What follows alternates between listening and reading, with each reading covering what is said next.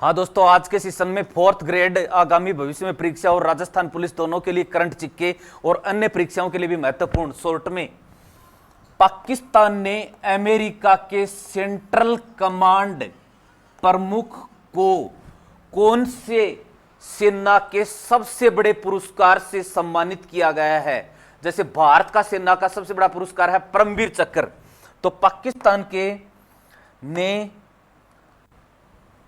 America के central command प्रमुख को सेना के सबसे बड़े पुरस्कार से सम्मानित किया। उसका नाम, यह पुरस्कार भी उस समय दिया गया, क्यों चर्चा में, ऑपरेशन सिंदूर के बाद, ऑपरेशन सिंदूर के बाद, यानी पाकिस्तान इसके नजदीक लग रहा है अमेरिका के।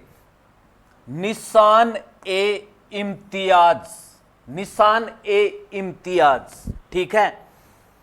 पीएम मोदी ने किस हवाई अड्डे के नए टर्मिनल का उद्घाटन किया? अगला प्रश्न, तो तुतीकोरिन हवाई अड्डा, तुतीकोरिन हवाई अड्डा जो केरल में है, इसके नए कैंपस का उद्घाटन किया।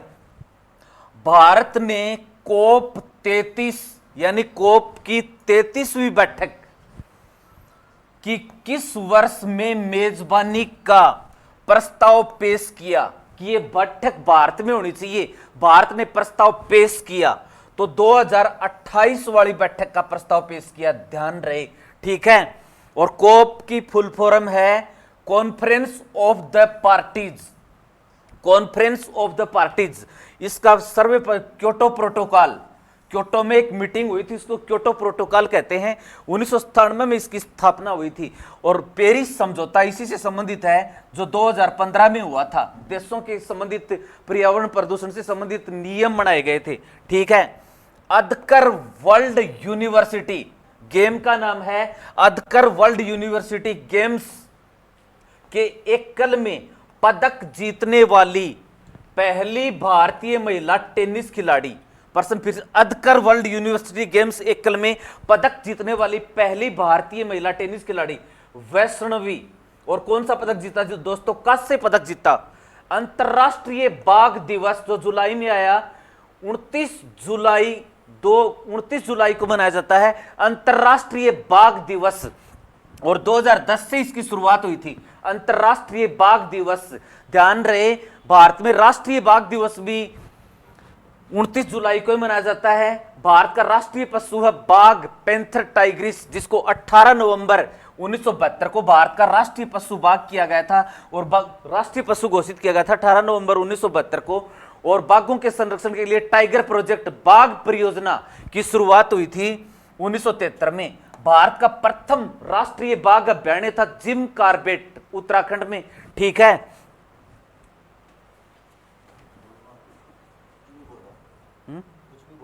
हाँ हाँ हाँ हाँ हाँ हाँ, भारत का प्रथम राष्ट्रीय बाघ अभ्यारण्य था जिम कार्बेट। इसके अलावा भारत में 2022 की गणना के अनुसार कुल बाघ हैं 3682, 2012 की गणना के अनुसार 3682। और काजीरंगा अभ्यारण्य जो असम में है, विश्व का तीसरा सर्वाधिक बाघ घनत्व वाला, जनसंख्या घनत्व वाला अभ्यारण्य है, जहां पर 148 बाघ हैं और प्रति वर्ग किलोमीटर में 8 बाघ पाए जाते हैं, ठीक है। कर्नल सोफिया कुरैशी पर गलत टिप्पणी करने वाले मध्य प्रदेश के मंत्री कौन हैं, जिसके ऊपर सर्वोच्च न्यायालय ने यह कहा कि वो सार्वजनिक माफी मांगे? वो, उसका नाम है विजय शाह, विजय शाह, विजय शाह, जिसने कर्नल सोफिया के ऊपर धर्म से संबंधित गलत टिप्पणी कर दी थी। भीमाशंकर ज्योतिर्लिंग ये कहां पर है? महाराष्ट्र में। भीमाशंकर ज्योतिर्लिंग, ऐसा माना जाता है भगवान शिव के पसीने से यहां पर भीमा नदी निकली थी, वहां पर भीमाशंकर ज्योतिर्लिंग है। यह प्रश्न भी करंट जीके का अच्छा प्रश्न है। इसके अलावा अगला प्रश्न देखो, राजस्थान डीजीपी पुलिस का सबसे बड़ा अधिकारी कौन है? राजीव शर्मा, राजीव शर्मा, जुलाई में बनाया गया था। और स्विट्जरलैंड, अगला प्रश्न, में आयोजित महिला फुटबॉल यूरो कप, महिला फुटबॉल यूरो कप किस देश ने जीता? तो किस देश ने जीता? इंग्लैंड ने जीता, ठीक है। ओंगकोंग पुरुष क्रिकेट टीम का मुख्य कोच किसे बनाया गया है? कोस डी सिल्वा को, जो श्रीलंका के पूर्व बल्लेबाज हैं, उनको क्रिकेट टीम के मुख्य कोच होंगे। अगला प्रश्न, मलेशिया के पीएम इनवार इब्राहिम, ये क्यों लिखवा रहा हूं इनवार इब्राहिम, क्योंकि करंट जीके में वही पूछते हैं जो किसी न किसी कारण से चर्चा में रहते हैं। तो थाईलैंड, कंबोडिया और थाईलैंड के मध्य सीमा विवाद हुआ था। तो थाईलैंड के पीएम, मलेशिया ने मध्यस्थता की, तो थाईलैंड के पीएम ने कहा कि हम समझौता कर लेंगे। तो मलेशिया के पीएम के कहने पर, तो ये ध्यान होना चाहिए, इनवार इब्राहिम। पहलगाम, अगला प्रश्न काफी इंपॉर्टेंट, पहलगाम हमले के मुख्य आतंकी सुलेमान, अफगान और जिब्राहन। पहलगाम हमला जो पहलगाम में हुआ था 22 अप्रैल 2025 को, धर्म पूछ करके मारा था लोगों को, इसके मुख्य आरोपी ये थे। इसके बाद ऑपरेशन सिंदूर हुआ, तो इसके मुख्य आरोपियों को मारने के लिए भारत सरकार ने एक अभियान चलाया, उसका नाम ऑपरेशन महादेव।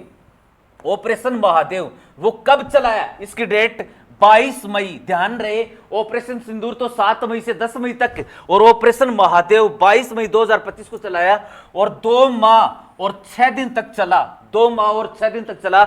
इस 2 माह 6 दिन के बाद तीनों आतंकियों को मार गिराया।